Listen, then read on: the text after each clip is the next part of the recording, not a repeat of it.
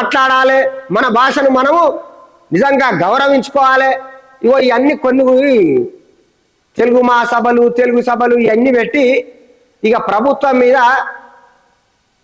ఒక ఒత్తిడి తీసుకొచ్చి ఇగో ఈ చట్టాన్ని తీసుకొచ్చారు. మరి ఈ చట్టాన్ని తీసుకొచ్చిన తర్వాత గత ప్రభుత్వం కూడా కొంత చొరవ చూపించింది, కానీ ఎందుకో అంత పెద్ద ఆసక్తి అయితే చూపించలేదని చెప్పాలి. ఎందుకంటే అంత పెద్దగా అది అమలు కాలేదు అప్పట్లో. అయితే ఇలా సిబిఎస్ఈ, ఐసి, ఎస్ఈ, ఐబి ఇట్లా సిలబస్ అన్ని బడులకు కూడా యజమానులందరికీ కూడా మరి ప్రభుత్వం అయితే ఒక మెమో జారీ చేసిందని చెప్పాలి.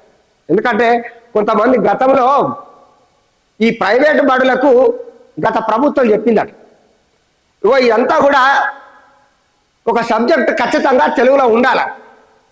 ఇక దానికోసం ఒక పుస్తకాన్ని కూడా తీసుకొచ్చిండు ఆ మధ్యకాలంలో. కానీ వాటిని